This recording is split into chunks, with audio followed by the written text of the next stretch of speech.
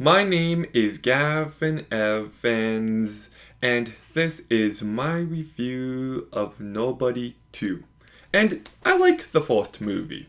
It's not great, it's flawed, but it still delivers on some badass action.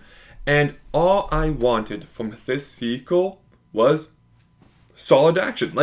That's all I want from a movie like this. And it bums me out to say that this movie did not deliver. So let's begin by talking about the cast. And Bob Odenkirk does a good job. His performance does feel a little phoned in, but he still carries the movie well enough. And then we've got Connie Nielsen, and I didn't really care for her performance or for her character here. Just very lackluster. Christopher Lloyd is in the movie and he shows up every now and again, but he doesn't leave any bit of impression. RZA is here. His line delivery is really bad. Just meh. John Oates does a fine enough job. Colin Salmon does a serviceable job. Colin Hanks, I actually really liked here, and I wish his character was treated better in the last act. I don't like the direction they took this character, but he does good.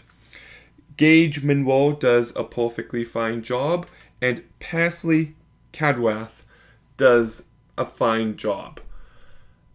But time to talk about Sharon Stone, who gave a great performance in the 1990 Total Recall, and she's fantastic in Basic Instinct. But I am not exaggerating when I say this, but her performance here is the worst performance of 2025. She is truly abysmal, and her character feels so unnecessary. And they try to, oh, look at this badass doing this dance. It felt so forced, and I really despised her performance here.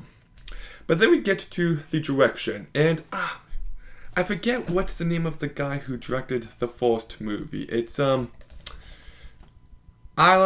Nishalo.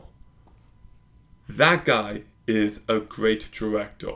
He directed this movie called Hardcore Henry from 2017, which I find to be such an underrated gem.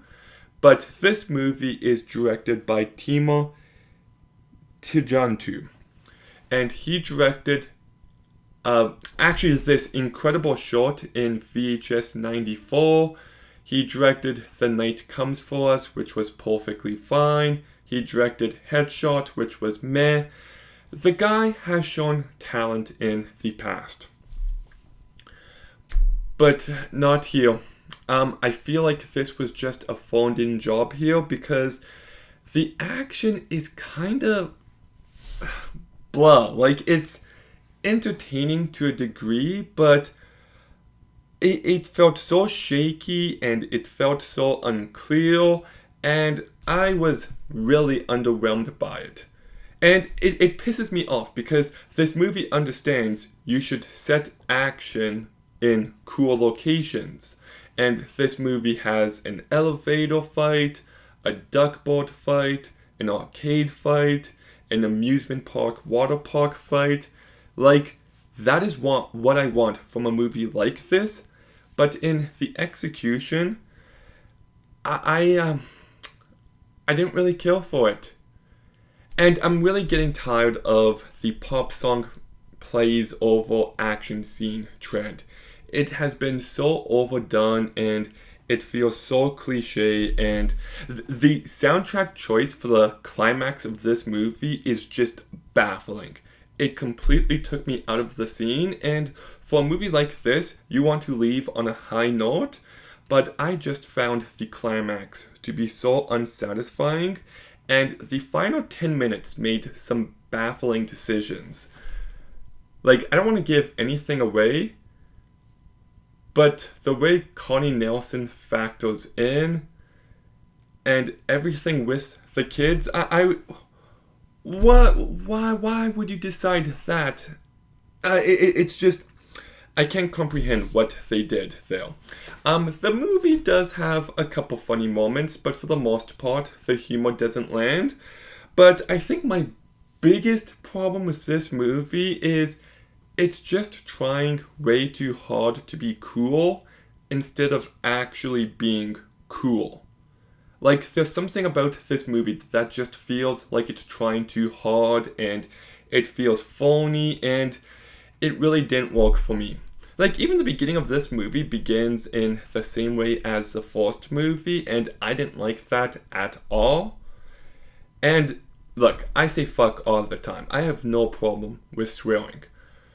But this movie adds fuck into certain sentences, and you can tell they think, oh, this is a badass line. But it really doesn't, and the inclusion of fuck just seems so forced. I will say there is potential here. Like, I do like how this movie tries to explore Hutch's relationship with his son and how his actions impact the people around him. But it kind of just has this part where, like, the movie just explains the themes and, oh, okay, that's it. And what do you... I know, it's difficult to talk about without giving anything away, but the way this theme ends just didn't sit right with me. And I do like the plot of this family going on vacation, having to deal with a corrupt city. Perfect continuation for this franchise to go in, but in its execution, I just found it to be so bland. The movie doesn't deliver on the action. The movie just tries too hard. The villain is actually atrocious, and it's just a very forgettable movie. It has a couple moments, but I don't think I'd ever buy or watch this movie again. So I'm giving Nobody 2 a 4 out of 10. Okay, have you seen Nobody 2? What did you think? Let me know in the comments down below. Make sure you like, comment, subscribe. Stay tuned for more videos soon. And Gavin, out.